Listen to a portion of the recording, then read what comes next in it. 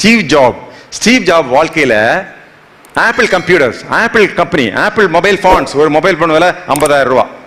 இந்தியாவில் எல்லாருக்கும் apple phone தான் வச்சுருக்கேன், நான் தான் வச்சிருக்கிறேன். ஒரு ஃபோன் விலை 50,000 ரூபாய். அப்போ அவனுக்கு எவ்வளோ வருமானம் வரும்னு பாருங்க. ஸ்டீவ் ஜாப் ஒரு கம்பெனி ஏற்படுத்தாரு, மேக்கின்டாஷ் கம்பெனி. அவர் ஏற்படுத்தின கம்பெனில இருந்து அவரை டிஸ்மிஸ் பண்ணி வெளியே அனுப்புறாங்க. அதை பத்தி பேசியிருக்காரு. சார் நான் தான் சார் கம்பெனி ஆரம்பிச்சேன், என்னையே போடான்னு வெளியே அனுப்பிச்சிருக்காங்க. அதுக்கு பிறகு அவர் இன்னொரு கம்பெனி ஆரம்பிச்சார். ஹென்ரி ஃபோர்ட் சொன்ன மாதிரி, ஹென்ரி ஃபோர்ட் உலகத்தில் மிகப்பெரிய பணக்காரன், பெரிய கார் தயார் பண்ணக்கூடியவர். சரி, இவர் ஹென்ரி ஃபோர்ட் அந்த கம்பெனிலேருந்து வெளியே அனுப்பிச்சாங்க. அவர் சொல்றாரு, நான் வேற ஒரு கம்பெனி ஆரம்பிப்பேன், அது இந்த ஃபோர்டு கம்பெனியோட பெரிய கம்பெனியாக வரும். தனி மனிதன். புரியுதா உங்களுக்கு? இந்த ஸ்டீவ் ஜாப் சின்ன வயசுல கிட்டத்தட்ட அவனுக்கு 35 வயசு ஆன உடனே கேன்சர் நோய், பேங்க்ரியாஸ்ல கேன்சர். இவர் இறந்துருவாருன்னு சொன்னாங்க. ஆனால் அந்த நேரத்தில் ஒரு மருந்து கண்டுபிடிச்சாங்க.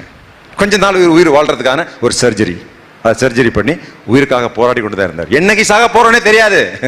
ஆனால் ஆப்பிள் உலகத்தில் இன்னைக்கு கம்ப்யூட்டர் கம்பெனியில் உலகத்தில் மிகப்பெரிய கம்பெனி உருவாக்கி இருக்காரு ஸ்டீவ் ஜாப். இன்னைக்கு உயிரோடு இல்லை அவர், இருந்தாலும் அவருடைய வாழ்க்கையில போராட்டம் எல்லாம் உருவாக்கி இருக்காரு. முயற்சி, நேரம், ஸ்ட்ரகிள்.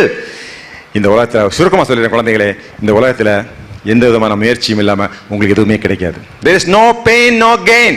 எனக்கு குறுக்கொழியில் நான் பணம் சம்பாதிச்சிருவேன், குறுக்கொழியில் நான் வேலை வாங்கிடுவேன், எனக்கு பெரிய ஆசீர்வாதம் கிடைக்கணும்னு தயவு செஞ்சு கனவு காணாதீங்க. அதெல்லாம் நடக்காது. குறுக்கொழியில் எதையும் சம்பாதிக்க முடியாது. இந்த உலகத்தில் பெரிய சாதனை படைக்கணும்னா அதுக்கான விலையை கொடுத்து தான் ஆக வேண்டும்.